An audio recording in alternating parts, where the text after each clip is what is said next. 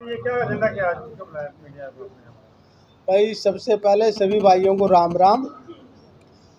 आज हमारा मुद्दा ये है भाई, हमने एक कहावत सुनी थी कि इनका 12 साल में तो कुर्डी के बाघ जाग जाए, और मारे बाघ भाई 45 साल हो गए जागे नहीं अब तक।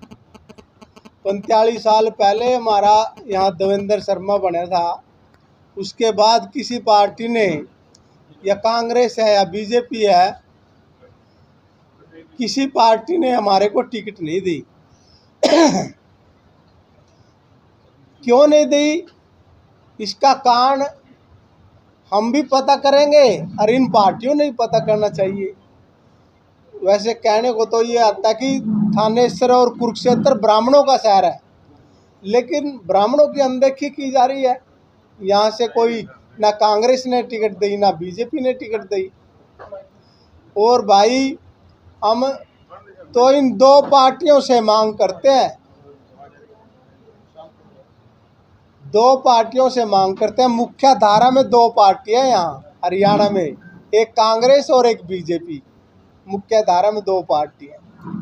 भाई ब्राह्मणों की अनदेखी ना करें, ब्राह्मणों का उनका जो राइट बनता है, जो उनका हक बनता है, देखो उस हिसाब से हमारे को टिकट मिलनी चाहिए। और ये कहते हैं जातिवाद, जातिवाद तो भाई पार्टियां फैला रही हैं, हम थोड़ी फैला रहे। जब ये जाति समीकरण से टिकट देते हैं तो हम जाति समीकरण से अपनी टिकट मांगते हैं। यही तो है भाई, हमारा थानेश्वर में हक है। ब्राह्मणों की यहाँ 30,000 वोट है, ब्राह्मणों को यहाँ कोई कैंडिडेट होना चाहिए।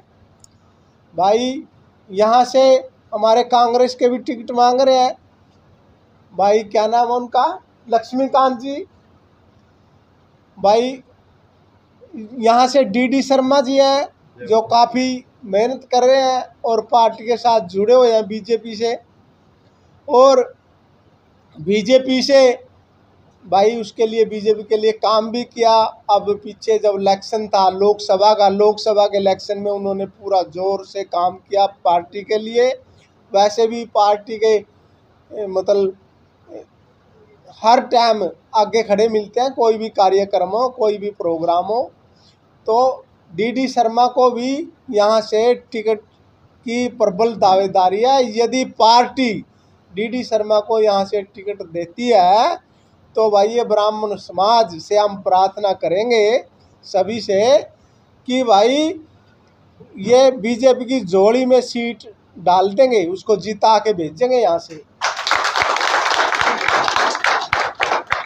और भाई दूसरी बात क्या, यदि बीजेपी यहाँ से डीडी शर्मा को टिकट नहीं देती तो भाई फिर ये समाज सोचेगा कि हम कहाँ जाएं, हम बीजेपी के पास जाएं या कांग्रेस के पास जाएं या कोई आज़ाद कैंडिडेट खड़े करें। ये गर्व की बात है। ये बाद में एक सभी समाज के बहुत लोगों को बुलाकर, आज तो 150 लोग हैं, 100-200 होंगे, लेकिन हजारों की संख्या में लोग बुला के फिर ये निर्णय लेंगे कि भाई क्या करना चाहिए, किस पार्टी के साथ लगना चाहिए, और भाई या आज़ाद लड़े या किसी पार्टी का समर्थन करें।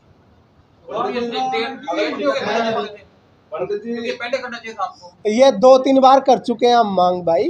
पंडित जी, ब्राह्मणों ने समर्थन भारतीय जनता पार्टी ने कर दिया और आप तो लेट हो गए। आप किसने कर दिया? ब्राह्मणों का से वर्ल्ड मार्ग में कार्यक्रम हुआ था, उन्होंने दावा किया था कि हम बीजेपी का समर्थन कर रहे हैं। नहीं, सुनो मेरे भाई, ऐसे है, वो हमारे साथी हैं, हमारे समाज के लोग हैं जो बीजेपी से जुड़े हुए हैं, सुभाष सुधा के वर्कर हैं। जो वर्कर है किसी नेता का, फिर उसके नेता का तो समर्थन करेगा। ये हम किसी के वर्कर नहीं है, किसी पार्टी के वर्कर हैं, ना किसी नेता के वर्कर हैं, ये समाज के लोग बैठे हैं। जय भगवान शर्मा डीडी जी ने जब अपना प्रचार प्रसार शुरू किया था, उन्होंने स्पष्ट कहा था कि अगर भाजपा टिकट देती है तो ठीक, नहीं तो चुनाव जरूर लड़ेंगे। भाई तो बात, वो चुनाव आजाद लड़ते हैं तो पूरा ब्राह्मण समाज समर्थन करेगा। बात ऐसे है भाई, वो उसकी पर्सनल राय है, ये समाज की राय नहीं है भाई। चुनाव, ये पहले तो हम टिकट मांग रहे हैं, हमारी मांग टिकट की है भाई, टिकट मिले बीजेपी को, जब हमारा राइट बनता है। यदि टिकट नहीं मिलता उनको तो भाई जयभगवान शर्मा जी समाज में आएंगे, समाज से बात करेंगे और भाई समाज एक मीटिंग लेगा, उसमें कोई निर्णय लेंगे भाई उसको आज़ाद लड़ना चाहिए या नहीं लड़ना चाहिए, या किसी पार्टी के साथ लगना चाहिए, किसी का समर्थन करना चाहिए। तो इसके लिए और मांग, जैसे आप तो पीछे बुलाइए इकट्ठे होगी तो बड़ा प्रदर्शन भी जो बात की जा सकती है, लोग इकट्ठे करके शक्ति प्रदर्शन जिसे कहते हैं। देखो बात ऐसे है, शक्ति प्रदर्शन का अब कोई फायदा नहीं है मेरे भाई, क्योंकि बिल्कुल समय नज़दीक है, 1-2 दिन में ये क्लियर हो जाने वाली बात है। वैसे तो उन्हें तकरीबन ये अपनी लिस्ट बना चुके हैं, लेकिन आज हमारा लास्ट प्रयास है। हमने पहले भी कई बार प्रेस के माध्यम से कई बार सरकार से मांग करी है, कई बार पार्टियों से मांग करी है कि ब्राह्मणों को भाई उनका जो भी राइट बनता है उस राइट से उनको टिकट दी जाए। ये बीजेपी से मांग है, खाली कांग्रेस से भी है? कांग्रेस से भी है, दो पार्टी मुख्य धारा में है आज हरियाणा में, एक कांग्रेस और एक बीजेपी। हम दोनों पार्टियों से मांग करते हैं भाई, जहाँ भी हमारे ब्राह्मणों के भाई जीतने वाले कैंडिडेट हैं उनको टिकट ज़रूर देनी चाहिए और उनको इग्नोर नहीं करना चाहिए। तो प्रधान जी, जैसे भारतीय जनता पार्टी के प्रदेश अध्यक्ष भी ब्राह्मण समाज से हैं, जी। व्यक्तिगत रूप से उनसे मिलकर मांग करेंगे? बिल्कुल मिल के मांग भी करिए, हम मिल भी चुके हैं उनसे मांगा भी है भाई, हमारा राइट बनता है, यहाँ ब्राह्मणों की वोट बहुत है, आपको जिता के भेजेंगे, आपको एक MLA बना के दे देंगे स्थानीय स्तर भाई, आगे आपकी समझ है भाई। पार्टियों का अपना काम होता है, ये सर्वे करवाती है, क्या करवाती है भाई, किसी का कोई पर्सनल सदस्य होता है, किसी का कोई पर्सनल आदमी होता है, तो ये बड़ा लंबा चौड़ा खेल है पार्टियों का। लेकिन हम तो मांग ही कर सकते हैं भाई, हमारा तो मांग करने का फर्ज है। ये ब्राह्मण सभा जैसे अध्यक्ष भी हैं जी, तो लगता है आपको भी ऐसे समय में, क्योंकि समय बड़ा कम है, कि पार्टी में प्रेशर ये दबाव बढ़ेगा?